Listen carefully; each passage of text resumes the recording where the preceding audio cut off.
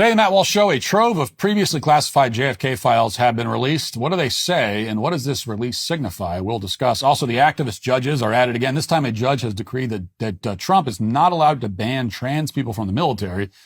Have we reached a point where Trump has to go on all-out war against activist judges? Well, yes, we have, and we'll talk about it. And Elon Musk rescues 2 stranded astronauts from the International Space Station. It's the kind of thing that in earlier times would have made him a hero, but you'll be shocked to learn that the left is not treating him that way. We'll talk about all that and more today on the Matt Walsh Show.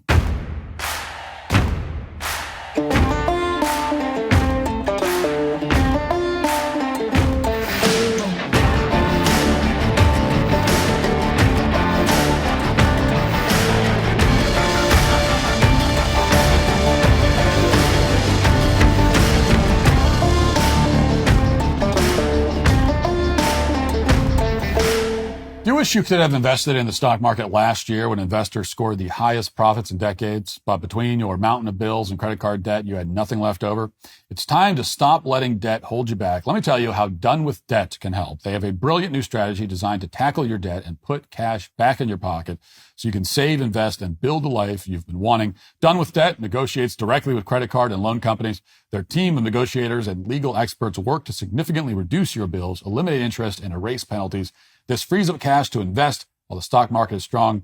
Done with Debt helps transform financial burden into opportunity. But since these strategies are time sensitive, don't delay. Start building the life you deserve. Visit donewithdebt.com and talk with one of their strategists today. It's free to do. All you got to do is go to donewithdebt.com. That's donewithdebt.com. There are a lot of ways you could illustrate the unusual degree of responsiveness of the current Trump administration, especially as compared to their predecessors. For example, you could point to how the White House struck a deal with El Salvador to house illegal alien gang members and then deported those gang members in a matter of days before a federal judge could stop them. In similar fashion, the White House ended Hunter Biden's Secret Service detail within about 24 hours of discovering that he still had one. Donald Trump also announced that he was invalidating Joe Biden's pardons just a couple of days after an investigation revealed that Biden's signature was being rubber stamped with an auto pen on pretty much every document that he signed while in office.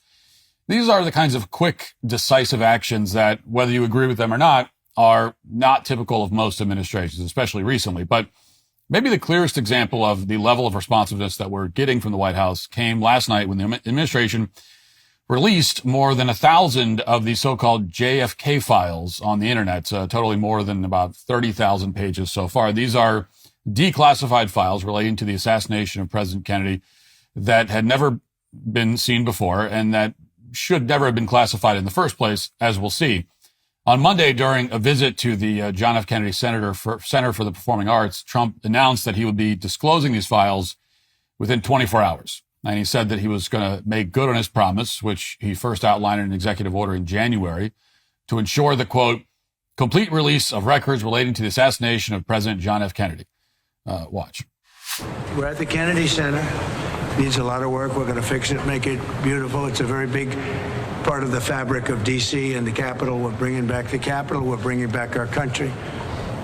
But while we're here, I thought it would be appropriate. We are tomorrow announcing and giving all of the Kennedy files.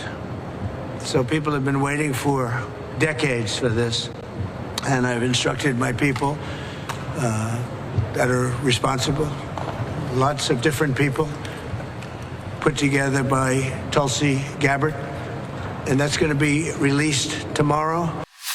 Now, true to Trump's word, this is exactly what began to take place on Tuesday night. Attorneys with the National Security Division of the DOJ pulled an all-nighter going through various documents. They responded to Trump's directive immediately, and yesterday, many of those files were released.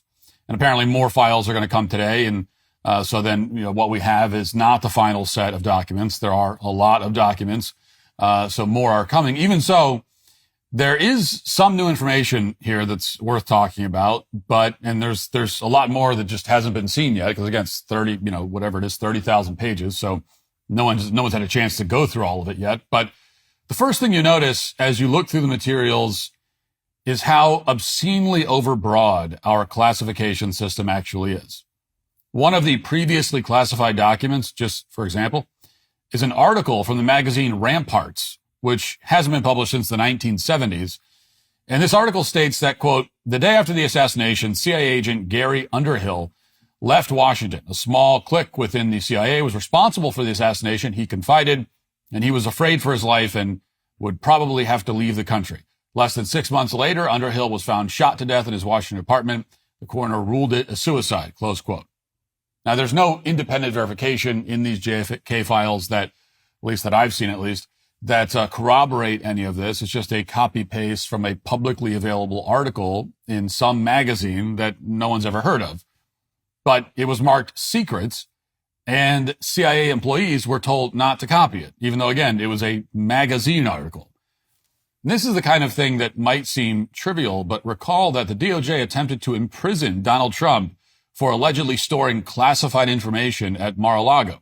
If the intelligence agencies are going to abuse their classification authority to such an extent that they're classifying magazine articles, then they shouldn't be able to prosecute political candidates for storing materials that are supposedly classified.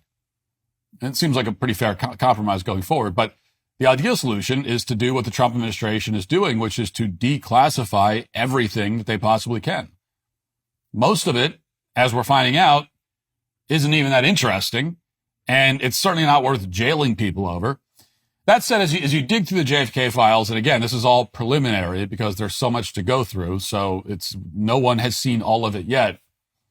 But as you go through what we've seen, you do begin to find some interesting information. Some of this was already out there in some capacity, but now we have a bunch of mostly unredacted documents in one place. For instance, in mid-December of 1963, shortly after Kennedy's assassination, the CIA issued a telegram about Castro's attitude towards the United States. It's 2 pages long.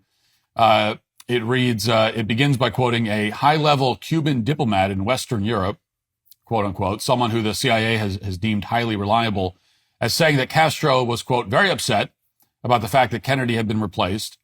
And that's because, quote, top Cuban leadership was sure President Kennedy would not invade Cuba. And also because Cuba determined that Kennedy's economic blockade of Cuba would not overthrow Castro's regime.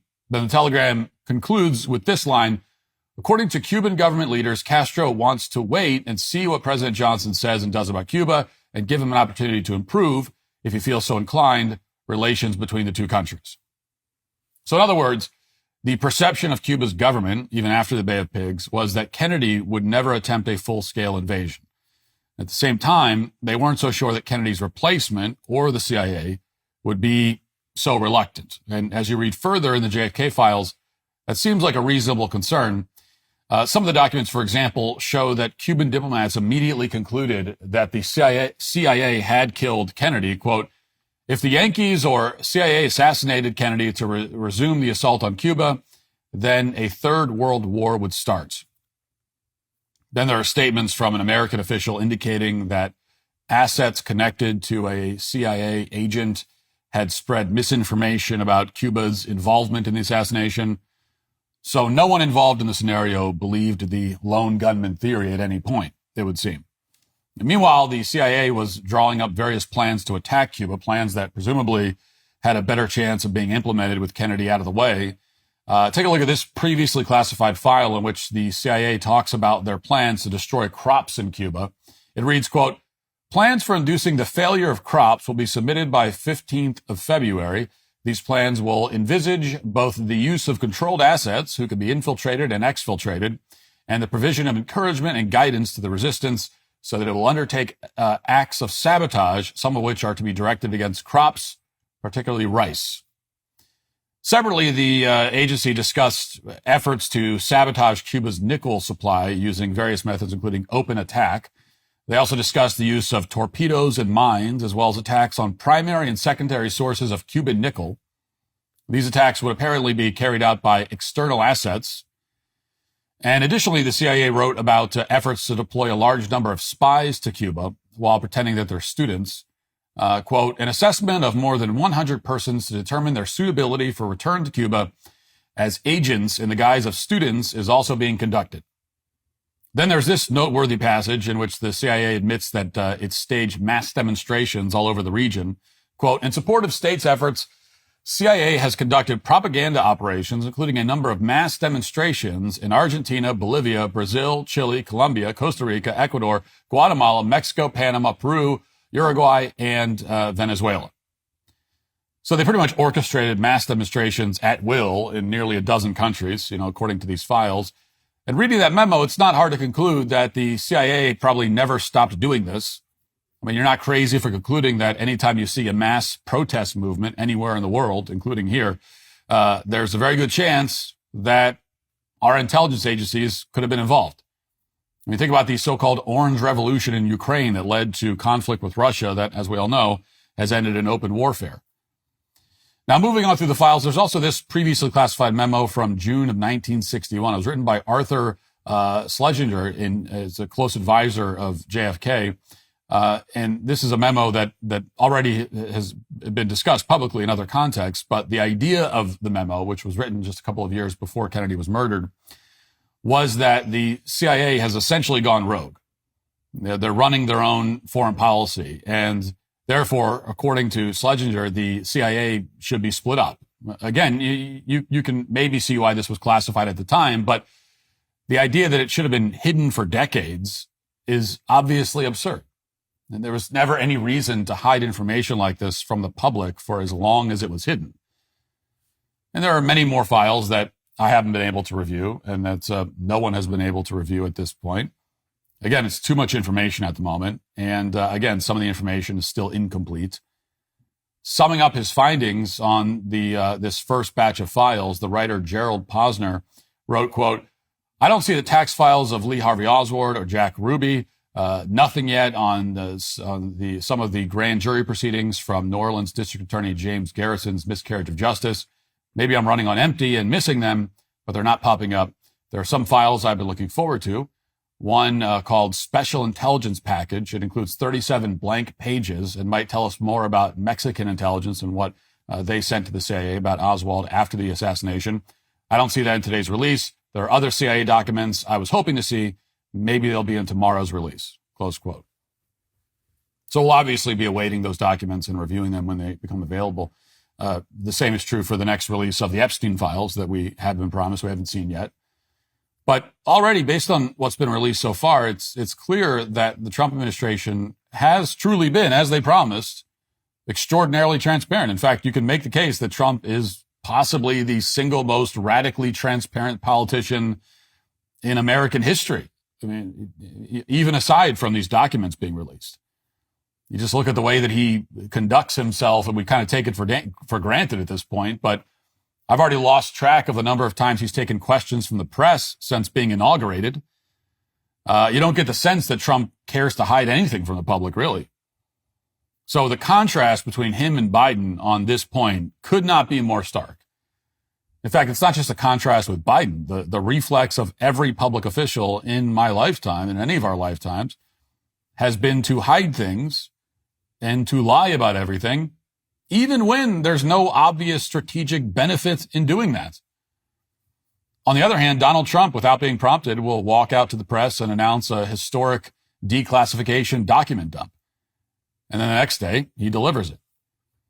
Now, can we expect to learn from these documents with certainty who exactly killed JFK? Is there going to be a document in there that actually says this is the person who killed him and this is the group that killed him? Probably not. It's simply been too long, if we're being honest about it. At the same time, at this point, there's no reason to believe the Trump administration is responsible for hiding that information from the public. And that's significant for a lot of reasons. We have far more insight into how our intelligence agencies operate than ever before. And as a result, we can assume that these agencies are now probably a lot less likely to think about assassinating domestic political targets.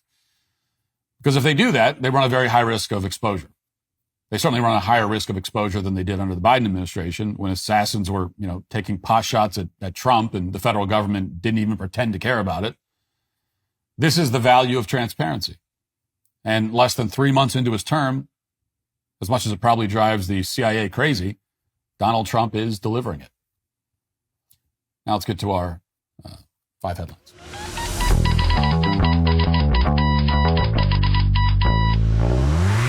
Success is not built on resolutions. Those are made to break, as we know. It's built on taking action and building unstoppable momentum. When it comes to optimizing your health span, living better and longer, certain things are non-negotiable. Quality sits at the top of that list, and in the world of performance-focused supplements, Momentous stands alone.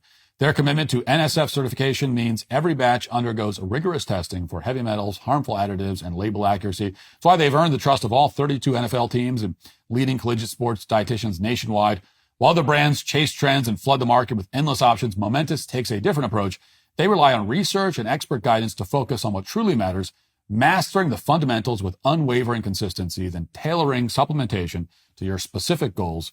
Speaking of fundamentals, protein and creatine form the cornerstone. Momentous sources the highest grade creatine monohydrate available, an essential supplement for both men and women seeking peak physical and cognitive performance. Ready to start living on purpose? Visit livemomentous.com and use code Walsh for 20% off your order today. The Hill reports a federal judge on Tuesday indefinitely blocked implementation of President Trump's executive order, effectively barring transgender people from serving openly in the military, a stark blow to the administration's efforts to curb transgender rights. U.S. District Judge Anna Rice, an appointee of former President Biden, barred Defense Secretary Pete Hegseth and other military officials from implementing Trump's order or otherwise putting new policy into place, effectuating it. She also said the plaintiffs' military statuses must remain unchanged until further order of the court. The judge said her order intends to maintain the status quo of military policy regarding transgender service that existed before Trump signed the order titled Prioritizing Military Excellence and Readiness. She stayed her order until Friday to give the administration time to appeal. Trump's order suggests that that transgender people cannot satisfy the rigorous standards necessary for military service because they threaten the lethality of the armed forces and undermine unit cohesion, an argument long used to keep marginalized communities from serving. So a little bit more editorializing from the Hill in this what is supposed to be a news article. The executive order states, a man's assertion that he's a woman and his requirement that others honor this falsehood is not consistent with the humility and selflessness required of a service member. The judge wrote in her opinion that the president has both the power and obligation to ensure military readiness, but noted that leaders of the armed forces have long used that justification to, quote, deny marginalized persons the privilege of serving. Okay, so Trump, the guy that, who actually runs the country and runs the military, that guy, the president of the United States, I think is the title that he uses. Trump believes that it threatens unit cohesion and military readiness to have people in the military who are totally disconnected from reality, people who are not living in the real world. People who are in some fantasy land of their own mental construction. He thinks that having people like that in the military is a threat to unit cohesion and the lethality of our forces. That's what Trump thinks. This random federal judge happens to personally disagree. She personally feels that it's actually a great idea to invite people in who are deeply confused about the basic facts of our physical reality and to invite them into the military. That's how she feels. So the two of them feel different ways about it. Now, obviously, Trump is right. He's correct about this. Clearly. Yes, when you have a man in the military who is pretending to be a woman, that does, among other things, threaten the cohesion of everyone else in his unit. We want everyone in the military to be focused solely on defending the country and killing the enemy. That's what the military is for. That's their job. That should be their sole focus. Anything that does not assist in that effort, anything that is not pointed at that objective, anything that doesn't advance the mission is not good. Their focus should then not be on affirming some guy's female self-identity. And for the trans people themselves, we know that their top priority, personally, will never be defending the nation and killing the bad guy. Their top priority will always be the affirmation and reinforcement of their false identities. If I showed up to the recruitment office to sign up for the Army or the Marines, and I was filling out the paperwork, and on the paperwork I wrote that I'm a zebra, I would not be accepted into the military, and nobody would expect that I would be. Even if I said the fact that I'm a zebra is not a major focus of mine.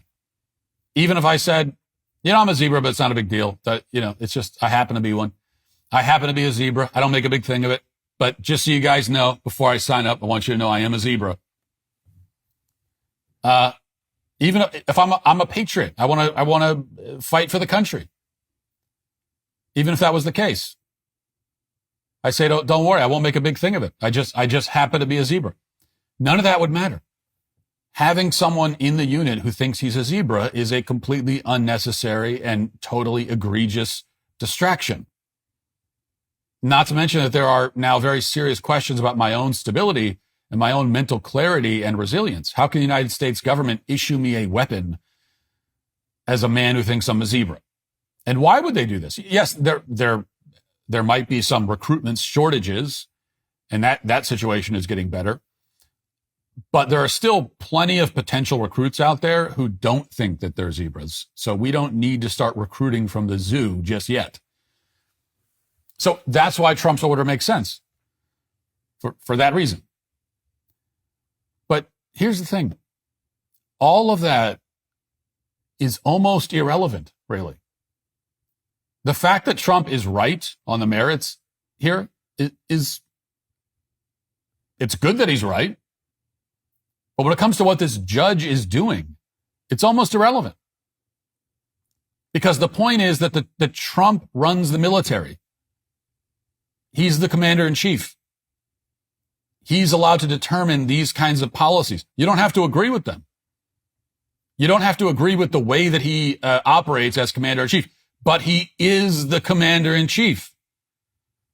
The fact that the judge personally disagrees with his policy is totally irrelevant because she doesn't get to determine the policy for military recruitment. She is not the president. These judges are not the president. So if you're on the left and you're listening to this, try to understand, okay? Try to understand this very basic point. These judges are not the president, which means there must be some powers that the president has that the judges don't. Because if there's nothing, if the judges can just override anything Trump does with the stroke of a pen, then the judges they're all the president altogether. Each federal judge is the president. The branches of government. Now, for all these leftists who are going on about constitutional crisis, like, what do you know about the Constitution? And since when did you give a damn about it anyway? Well, you know what the Constitution says? The Constitution says that the branches of the government are co-equal. Separate but equal. Have you heard about that phrase? You know, it's very, very, hopefully you learn that in civics in grade school. Which means that judges cannot supersede the president in every case. None of these people were voted into office to set policy. None of these people were voted into office at all. These are unelected judges trying to override not just the president, but the will of the people. The people voted for Trump so that he would put policies like this in place. Yes, even the trans ban in the military. Trump put that in place in his first term. The people that voted for him knew that. You know, when you vote for a guy who was already in office once, what you're saying, what your message is, yeah, I'd like more of that. So I want him to continue doing what he was. I might want him to do other things as well, but I approve of how he governed, and I'd like to have more of that, please. That's what the voters are saying. So you have the president as the commander in chief. You have the voters who put him into play, who elected him to set these policies. And then some unelected random federal judge can just come along and say, nope, sorry, you can't do any of that. You know why you can't do it? Because I personally don't like it. I'm a judge. I personally think that it's bad. And so you can't do it. Now, these judges are illegitimate at this point. They're trying to upend the Constitution and our entire system of government. Trump should ignore them. Ignore all of them. I mean, ignore this woman and enforce the ban anyway. So you say to her, oh, you think we should not ban trans? Well, okay. I'm glad. Thanks for sharing. Thanks for letting us know. Your opinion's very interesting, but we're going to go ahead and do what we want to do anyway. There needs to be an all-out war at this point against activist judges. And what does that war look like? Well, it begins with this, by just ignoring them. Drawing the line in the sand and saying, okay, the judges have certain powers, certain responsibilities, a certain jurisdiction, but their powers and jurisdiction do not encompass everything. Okay, if we're going to delineate what their powers are, it cannot be. The delineation is not, oh, they can do everything. That's not it. And so you draw the line and you say, well, here's what judges are allowed to do. Anything over that line, we are not going to listen to. We are just going to ignore it. And where does it go from there? What's the next? What happens next? I don't know exactly. I mean, eventually it ends up at the Supreme Court, but so Trump's hand is forced here. That's where this needs to end up. But in the meantime, I think you got to draw this line and make it very clear. Okay, this is fun. I don't know when this video was made. I happened to see it on X yesterday. This is a video made by the outlet Now This, and it's about yours truly. It's about me. And apparently Now This is very troubled that I was invited to the joint session speech a couple of weeks ago. They made this video after the fact to expose my extremism. And I don't know, I just happened to see this pop up on X, and I thought it was pretty great. So here it is. Watch. I am literally a theocratic fascist. I do indeed believe that my religious beliefs should be forced on people by the government. Why did Speaker Mike Johnson invite this far-right influencer to attend Trump's speech to Congress? Matt Walsh describes himself as a theocratic fascist, an ideology that combines ultranationalism, authoritarian rule, and forcefully imposing his Christian religious beliefs on the population. He's criticized the Equal Rights Amendment, which prohibits discrimination. He believes white men are under attack. He's extremely anti-LGBTQI+, and he has an obsession with violence and control. His ideas are heard by millions as a commentator for the right-wing propaganda company The Daily Wire, which was co-founded by Ben Shapiro. Yeah, you need to get over slavery. You do. The only group of people that in this country that are being erased in any kind of meaningful way, historically, are white. Nearly every good thing you have in your life was given to you by a white man. We are not going to rest until every child is protected, until trans ideology is entirely erased from the earth. We should treat it as a hate symbol because that's what it is. They fly the flag because they hate you. Two men should not be allowed to adopt babies because babies need mothers. They also need fathers, which is why two women shouldn't be allowed either. And this is just the tip of the iceberg. So why would a guy like this be invited to Trump's address to Congress? Well, he kind of fits in perfectly. He just says the quiet part out loud. Now that Trump's in office and Republicans control the House and Senate, they can be as brazen as they want with their actions. The mask is off. So when conservatives wonder why anyone would feel like their rights are under attack, it's because they clearly are. It's because people like this have a seat at the table and the power to influence our laws. Okay, very scary stuff there, as you can see. I'm not usually a scary guy, but when you put that creepy music in the background, suddenly I become Darth Vader or something. I'm pretty terrifying. And I will say, well, first of all, I hope you all appreciate, I know you do, just how long I will stick with a troll. I think I can say without any ego that I am one of the most committed trolls in the country. I feel I can say that. And maybe you would all agree. So this theocratic fascist thing, like somebody called me that on Twitter like 8 years ago or something around this. I think it was 7 or 8 years ago. And I decided to troll him by putting it in my bio on Twitter at the time. And I stuck with this troll ever since then. And I've gotten way more mileage out of it than I ever should have been able to get. I mean, I got way more mileage out of it than I should have. So it's been great. But I'm kidding, of course. None of this is a troll. I say all that, but really I'm joking. I mean, I'm totally serious about being a theocratic fascist. You're right about that. Now this, your rights are under attack. Not by Trump. Trump has not done a single thing to take away anyone's human rights at all. Trump has taken away 0 rights from anyone ever. But yeah, I want him to take rights away. You're correct at that. I have a seat at the table. I'm at Trump's table every day in the Oval Office. I sit around the table. I'm in a meeting every day with President Trump. And I say to him, Mr. President, when can we start taking the rights away? When does that happen? That's supposed to be the whole fun part of having a seat at the table, is deciding whose rights we take away and which rights. I thought that's the whole reason I'm here, is what I say when I'm sitting around the table. It's a table very much like this one that I'm sitting at right now. And every day, we kind of, the way it works is, every day we go around the table when I'm, and we're all there, and it's me and the president and JD Vance and whoever else. And it's the whole cabinet.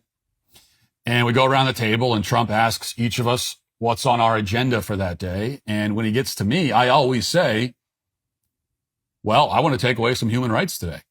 Yeah, I've written a short list of the 35 rights that I would like to take away today, Mr. President. But he never lets me do it. That's the ridiculous part. So what I'm saying is, this woman is half right. Her rights are under attack by me, but not by Trump, sadly. In fact, I've proposed a few times now that the entire staff of Now This News should be sent to Alcatraz. And I know when I say that, you're like, well, Alcatraz is a tourist spot now. And I know that. I'm saying we keep it a tourist spot, but my point is that it's a lot more fun for the tourists if there are actual prisoners inside the prison, right? So I've suggested we put Now This News in there, maybe a couple of the ladies from The View. I think in one of my proposals, Don Lemon was also going to Alcatraz. So I have a whole list of people I want to put in prison, and I've kind of helpfully selected which prisons I'd like to put them in. And some of them are prisons that are currently open. Some of them are older prisons. But we haven't been able to do any of it so far. So it's pretty frustrating. But you know what? Maybe that's why I just need to run for president in 2028. And I like JD Vance. I think he's great. But we need someone who is going to get serious about ushering in 1,000 years of right-wing tyranny. And I just don't believe that JD Vance will actually do that. I will. I'm the guy for that job. So Now This News, they have me dead to rights on that. I can't deny it. Very good video there. Here's another one. This is Joy Reid, who I also have her signed up for Alcatraz, by the way, talking about what her mother discovered when she emigrated to the United States. Listen to this. And I mean, and as somebody who's, my parents, my father was from the Congo and my mother was from Guyana. And so they were the immigrants who came here on purpose, and they got the rude awakening. My mother got the rude awakening, like, ooh, it's racist here. That's weird. For some reason, she was. Nobody told me. Why go to Brazil? Yeah, she's like, they didn't tell me this is the land of opportunity, but not for me. It's weird. So it's a little hard to hear, but she says that her parents, who are from the Congo and Guyana, her mother's from Guyana, that she says that they came here and they discovered that it's not a land of opportunity, that this is not a land of opportunity for people like them. No, it's black people of color, as she would say, is what she's referring to. And that's a really interesting thing for Joy Reid to say, of all people. Because I know from Wikipedia, which I just checked 2 seconds ago, that her parents came here and individually, separately, and then they met each other in graduate school in America. So they got off the boat from their respective impoverished African countries and immediately made it into graduate school. So I would say this country proved itself to be a land of opportunity right away for them. And then apparently her father became an engineer. Though Wikipedia tells me that, unsurprised, this will shock you, her father was absent from the family, but he did become an engineer, so I'd say there's a lot of opportunity there. I don't know what her mother did for a job, because Wikipedia didn't say, but I do know that her mother's daughter, that would be Joy Reid herself, went on to become a famous TV personality who, before she just got fired, was earning $3 million a year from MSNBC.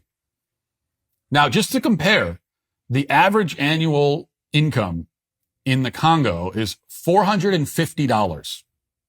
$450 annually. So Joy Reid was earning like 7,000 times the average income of her father's home country. The average annual income in Guyana is, I've seen different estimates, but I think it's like $7,000. So Joy was beating that by quite a margin.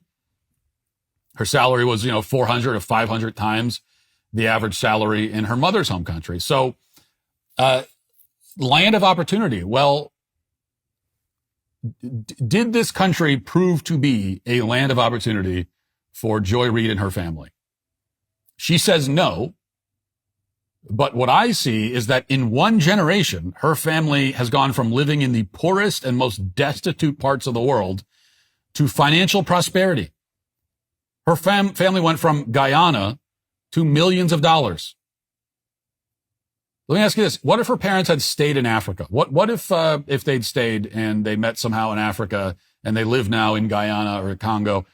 What are the chances that Joy Reid would have a net worth of $4 million as she's estimated to have now? What are the chances? If they had not come here and yet they'd still gotten married, and so Joy Reid still exists in this alternative universe, what are the chances that she at any point at this point in her life has earned $3 million in a single year? What are the chances that she's earned $3 million in her lifespan if she had been in Africa this whole time? I'd say, approximately 0% or so. So yet again, we see just the total lack of gratitude, just this complete lack of gratitude from the left, from so many of the people that come to this country. A complete lack of gratitude that I find to be, frankly, pretty obscene. Let's get to the comment section. If you're a man, it's required that you grow a beard. Hey, we're the sweet baby gang. Only two things in life are certain: death and taxes. Well, now there's a third certainty. If you're with Verizon, AT&T, or T-Mobile, you can be saving a fortune every month by switching to Pure Talk. That's right, Pure Talk. My cell phone company is cutting the fat from the wireless industry. For just $35 a month, you can get unlimited talk, text, and 15 gigs of data with Hotspot on America's most dependable 5G network. The average family of four saves over $1,000 a year when they switch to Pure Talk. That's real money being put back into your pocket. Plus, it's back when you switch to Pure Talk's super low $35 plan this month. You'll get 1 year of Daily Wire Plus for free. But the only way you can get it is by going to puretalk.com/Walsh. Switch to Pure Talk at puretalk.com/Walsh and get a year of Daily Wire Plus for free with qualifying plan. Pure Talk, wireless by Americans for Americans. Please show up at that board meeting, Matt. The way they were staring that poor mother down while they were talking their nonsense was making my blood boil. Please go, Matt, please. Yeah, I had my team reach out to the mother, so we're gonna look into this and see what we could do. But this is a case that should be getting a lot more national attention than it is. I mean, the case of the mother who, if you didn't watch the show yesterday, at a school district in Illinois, she is alleging, and I certainly believe her 100%, but what she's saying is that her daughter and some of her daughter's friends were not only forced to use a locker room with a trans-identifying boy, but that school officials stood there and made sure that they got undressed and got changed for gym class or whatever it was while this boy was there. So this is a major, major scandal, and everybody involved in it, all the adults involved, need to be fired at a minimum. And so we got to do everything we can to make sure that happens. Another comment says, a child being forced to undress in front of anybody, male or female, is abuse. This is so beyond disturbing. Right. This should not need to be said. Of all the things that don't need to be said, this should need to be said the least. There is never, ever, ever, ever a situation where it would be remotely appropriate for school officials to compel the children in their care to get undressed. It's to even articulate that thought it's just disturbing that it needs to be articulated. But of course, apparently it does in this case. Notice how aggressive and vindictive they get when they feel they have the strength of force in the room. Talking about the trans activists at the school board meeting. Yeah, you're right. When they have numbers, when they have the power, these are the most vicious and cruel human beings on earth. They really are. When you get trans activists, especially all together in a group, and they feel empowered, they feel safer, classic bully mentality, obviously. But when they feel like there's nothing to lose and they've got this woman outnumbered, they can just be totally vicious to her. And that's how these people operate. Poor Emma Lazarus. Her poem isn't dumb. That French diplomat is dumb. America was built on immigrants. The poem aims to speak to a different message, not that America should inhale the world's worst populations. No, the Statue of Liberty poem is dumb. Both are dumb. The diplomat and the poem are both dumb. No matter how you try to spin it, the poem is declaring that America welcomes all of the refuse of the world, the homeless and the wretched. And that's a nice sentiment if you don't think about it for more than 2 seconds, but it's not a policy that any nation that wants to continue existing can actually adopt. And as for America being built on immigrants, we've addressed this so many times. I'll address it again. It's not true. I don't know how many times this needs to be corrected. America is not a nation of immigrants. America is not a nation of immigrants. It's not a nation built on immigrants. America was built on settlers. Okay. And that's an entirely different thing. Our country was built on and by settlers. We were not a nation of immigrants, but rather a nation of settlers. Settlers came to a country that had barely been formed or had not even been formed at all, depending on when they came. And they came to a land that was mostly wild, untamed, unknown. They came at a time when almost nobody lived west of the Mississippi. And if you know anything about American, the geography of the continental United States, west of the Mississippi is most of the country, and hardly anyone lived there. And yes, I'm including the Indians when I say almost no one lived there, because even factoring the Indians in, still almost no one lived out there. And the settlers had to strike out into that wilderness and tame it and settle it and die for it and build it up and protect it. I mean, literally build it. They had to build it. They had to build a civilization out of the wilderness. That is not what modern immigrants are doing. They are not doing anything that resembles that. It is a completely different thing. You have, on the one hand, people who came here into a wilderness and built it into a civilization. And on the other hand, you have people that are coming into a civilization that has already been long since built, and they are coming to take advantage of it and to profit from it and to be taken care of by it. Two not just different things, but opposite things. The modern immigrant is in many ways the opposite of an American settler 250, 300 years ago. 300 years ago, they would not have been American settlers, but a settler who came to the Americas. We're talking about opposites. Matt, I'm surprised you like your steak so bland. I personally do salt, pepper, garlic powder, tallow, and fresh rosemary. It brings your steak to life without polluting the steak flavor itself. Give it a try. It'll be life-changing. Well, it's not bland. A steak is supposed to taste like steak, and it's the meat that you want to taste. So the meat is not bland. And please do not put garlic powder on your steak. Please do not do that. Garlic powder burns, okay? And you have to cook the steak at a very high heat in order to get the right sear on it. And so if you put garlic powder, you're going to burn the garlic powder. And then you end up with a steak with the flavor of burned garlic. Why do you want that? So if you want some garlic flavor in your steak, just throw some fresh garlic into the pan while you're cooking it. If you want to throw some fresh rosemary in, you could do that too. But personally, I don't need the notes of rosemary and garlic on my steak. I don't need that. I want the taste of the steak, right? That's it. Matt Walsh just said two things. The whole job of customer service is to have happy, positive energy. And then I worked customer service. These two things don't comport. Yeah, well, I never said I was good at customer service. I never made that claim. I wasn't. I was terrible at it. I was as bad at it as you would imagine that I would be. I also hated it. I truly despised customer service at the deepest levels of my being. I really hated it. I understand why people hate it. I understand why people in these jobs hate doing them. I've done the jobs. I hated doing them. I hated it so much. I'm just not wired for customer service work, as you can tell. But that doesn't change anything that I said. The job is the job. You are paid to be cheerful, friendly, and to make the customer feel valued. That's the whole job. That's what the job is. And so you might hate it, and you might hate your customers, but that's not their problem. Or it shouldn't be.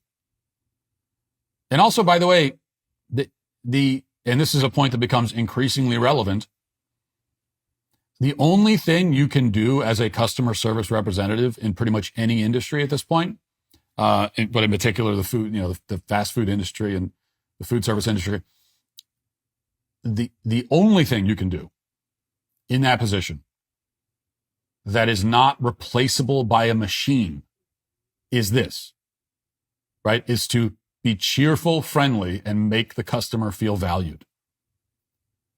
Because machines can do everything. Machines can easily push buttons. They can put an order into the system or whatever else. What they can't do, what they will never be able to do, we can say with confidence, is exhibit authentic cheerfulness and friendliness and make the customer feel valued. A machine can do something quickly and efficiently, and so the customer might be happy about that. But the customer cannot have a pleasant human interaction with a machine where they leave that feeling valued, feeling like their concerns mattered. They can't. That can't happen from a machine. So when you look at the collapse of customer service and you see all these people in customer service positions that, as we talked about yesterday, just hate their customers and don't try to hide it. Not only are they not doing the job they're supposed to be doing, but they are begging to be replaced by machines. Because the one single thing you could be doing that would justify you doing the job rather than a machine, you aren't doing. And so if you're doing a job that a machine can do, and on top of it, you have a terrible attitude, and you're making the customers feel the opposite of valued, you're making them feel guilty for even being there.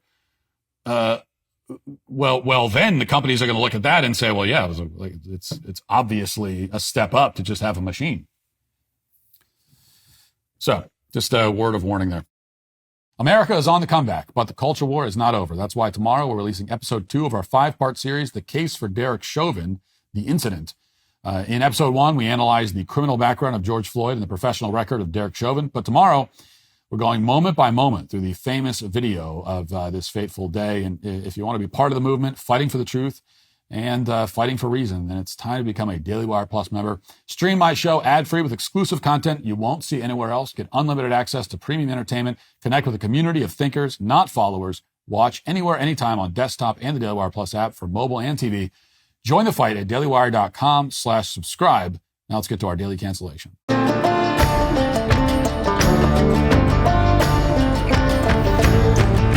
When astronauts Butch Wilmore and Suni Williams went to space aboard Boeing's Starliner capsule last June, their mission was supposed to last just 8 days. But because of catastrophic failures with the design of Boeing's capsule, as well as the refusal of the Biden administration to bring them back sooner, the two astronauts didn't return to Earth until yesterday evening, after roughly 9 months in space.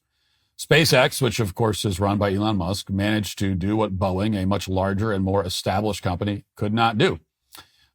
They guaranteed the safe return of 2 American astronauts who were stranded in space. No other company in this country, or in the entire world for that matter, could have accomplished what SpaceX just did on this timeline. And then for good measure, when the astronauts finally landed in the water, a bunch of dolphins, which is apparently called a pod of dolphins, began circling the capsule almost like they're welcoming the astronauts home. It was like something out of a Disney movie. So that's what Elon Musk has been up to lately. If you sent him an email asking what he's accomplished in the last week, he could say that he saved 2 astronauts' lives, preserved all the data they've been collecting during their experiments while they were in space, and protected the reputation of America's space program. And in the process, he managed to entertain a pod of dolphins on top of it. In another era, these kinds of achievements would unite the entire country. This would be, I think back to what happened when Gene Kranz saved the crew of Apollo 13. They gave him the Presidential Medal of Freedom. The state of Ohio dedicated a day in August as Gene Kranz Day. NASA handed him about 10 different awards. Ed Harris played him in a movie with Tom Hanks. He told engineers to fit a square peg into a round hole. He yelled, "Failure's not an option." People loved it. He was a national hero among both Democrats and Republicans. Half a century later, it's safe to assume that Elon Musk will not receive that kind of treatment from Hollywood or anywhere else. And that's because we're no longer a country that universally celebrates historic achievements for mankind. Instead, we're now split between two distinct groups, people who celebrate human progress and people who resent it. This is a distinction that's far more significant and far more destructive than any political disagreement that's ever existed in the United States. It can't be resolved through logic or debate. It can't be resolved on the battlefield either, at least not at the moment. And that's because leftists have resorted to acts of domestic terrorism to convey the extent of their hatred for Elon Musk and presumably to offset their own crippling sense of inadequacy. They have embarked on a campaign of arson, vandalism, and terrorism in order to punish Elon Musk, not because they disagree with him politically, but because he wants to advance the interests of the human race, and they would rather see the human race extinguish itself. To that end, since I last talked about the attacks on Tesla stores and on Tesla vehicles, these incidents have only intensified. Here's just a handful of these attacks in the past few days. Someone set fire to two Cybertrucks late last night at a Tesla dealership at 103rd and State Line. The FBI and ATF are assisting Kansas City, Missouri police as they investigate this as arson. KMBC 9's Darissa White shows us what happened. Around 11 p.m., officers were called to a fire at a car lot. Car fire at that Tesla dealership in the parking lot. A KCPD officer was close by when he noticed smoke coming from a Tesla Cybertruck. The officer used his fire extinguisher to try to put out the flames, but the fire continued to spread. It's a shame. KCFD was called in to help. Our crews got on scene and the fire was in two Cybertrucks. Good morning. My name is Spencer Evans. I'm the special agent in charge of the FBI's Las Vegas division.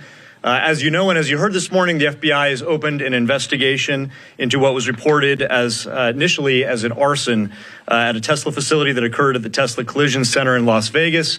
As Assistant Sheriff Corin noted, the FBI is working hand in glove with our partners at the Las Vegas Metropolitan Police Department to investigate this incident. This is being investigated by the FBI's Joint Terrorism Task Force. We're seeing more reports of vandalized Teslas from all around the country. The latest one happening in the Pacific Northwest. We want to warn you, some of the vandalism you see, it's offensive. In suburban Seattle, police say 6 vehicles were tagged at a Tesla dealership. One of them was a Cybertruck that was just at the dealership for maintenance. It was spray painted and tagged. The truck's owners called the incident disheartening, but says he doesn't feel personally attacked. There are also now roughly a dozen documented instances of leftists keying Tesla vehicles in parking lots or spray painting swastikas on them and so on. Of course, in the grand scheme of things, this is a relatively small number of vehicles, but it's worth pointing out that the people doing this are, of course, cowards who hide the moment they're caught.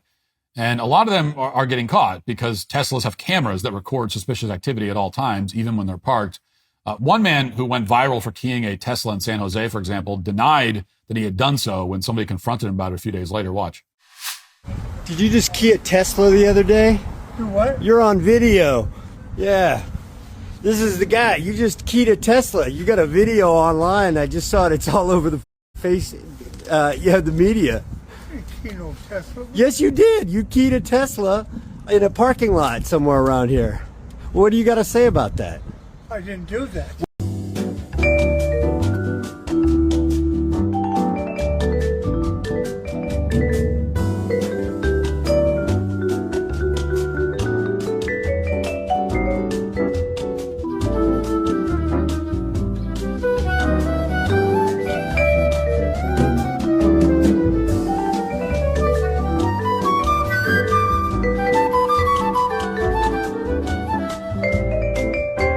Well, you're on video. I said I plainly saw you doing it. You pulled up right next to it, and then you keyed it.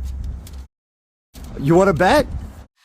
I have to give the usual disclaimer that this man hasn't been convicted yet. He's now been arrested and accused of felony vandalism by the San Jose police. But assuming that this person is indeed guilty, which he appears to be since he looks like the same person who keyed the car in the video and he was wearing the same clothes and driving the same car. So, all the pieces kind of add up. You have to admit that it's a pretty useful demonstration of the sheer cowardice of Elon Musk's enemies. They think they're fighting fascism by keying a random person's car, and then they won't even admit to it when they're on camera. This is a pretty good sign that if Pam Bondi follows through on her promise to send all these domestic terrorists to prison for at least 5 years, if she does that, this will stop very quickly. We are dealing with deranged leftist thugs here, but if there's a silver lining, it's that they happen to be very stupid and very cowardly. At the same time, we can't ignore the fact that these thugs happen to have the endorsement of some of the most prominent figures in the Democrat Party. The other day, for example, Tim Walz celebrated the decline of Tesla's stock as the result of domestic terrorism.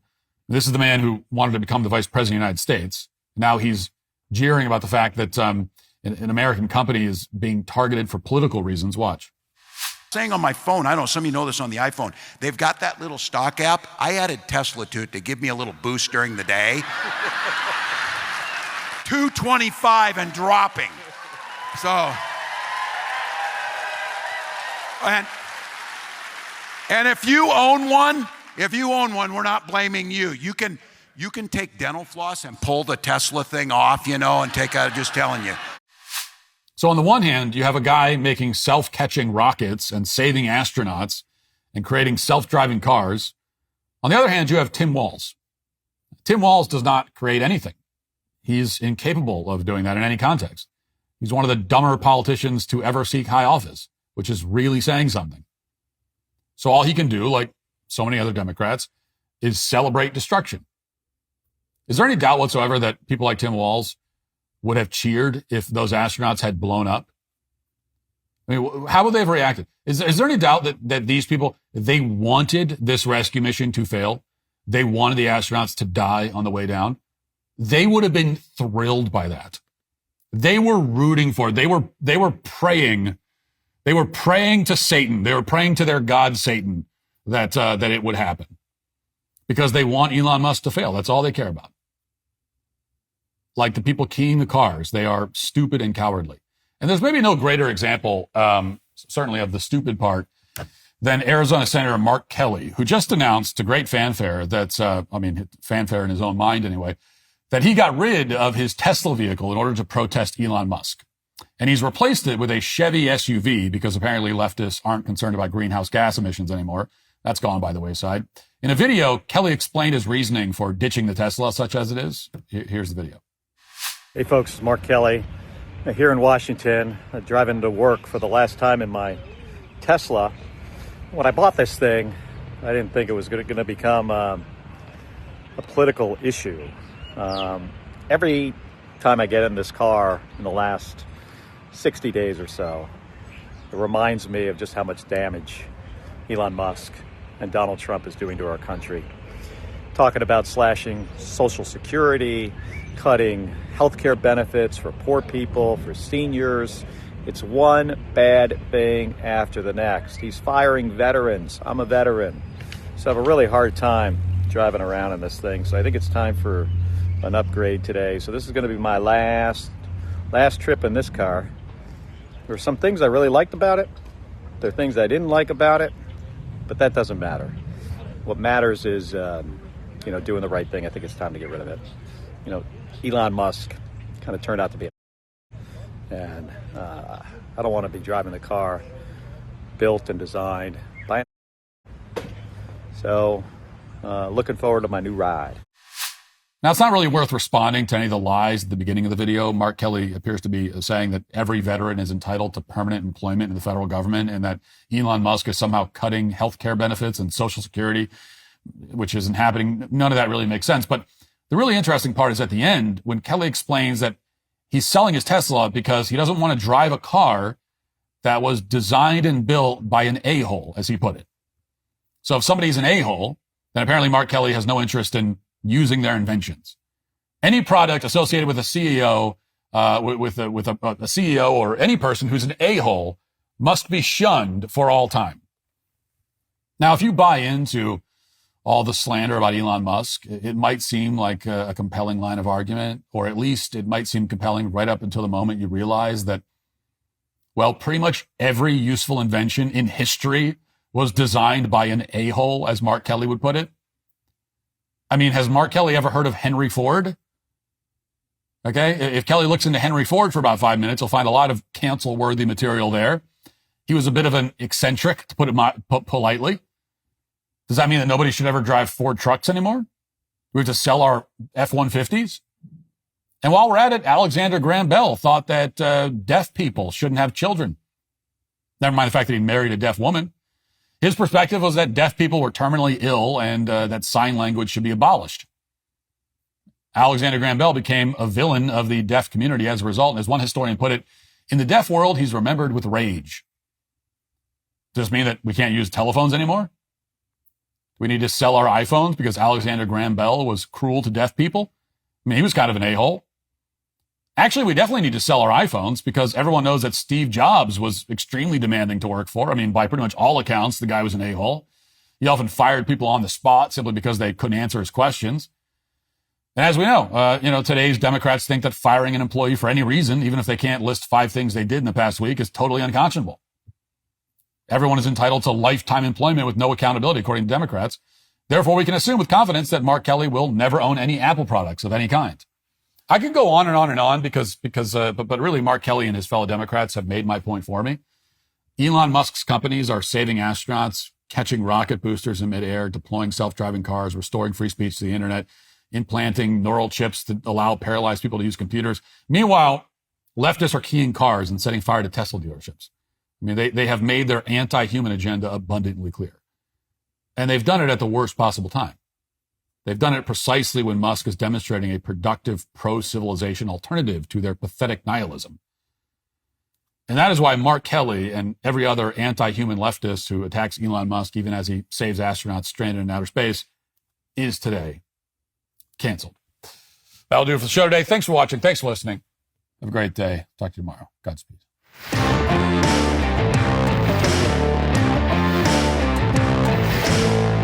Today on The Ben Shapiro Show, NASA's stranded astronauts return thanks to Elon Musk's SpaceX. Vladimir Putin and President Trump hold their long-awaited call over Ukraine, and the economy continues to rest on a razor's edge. That's today on The Ben Shapiro Show. Give it a listen.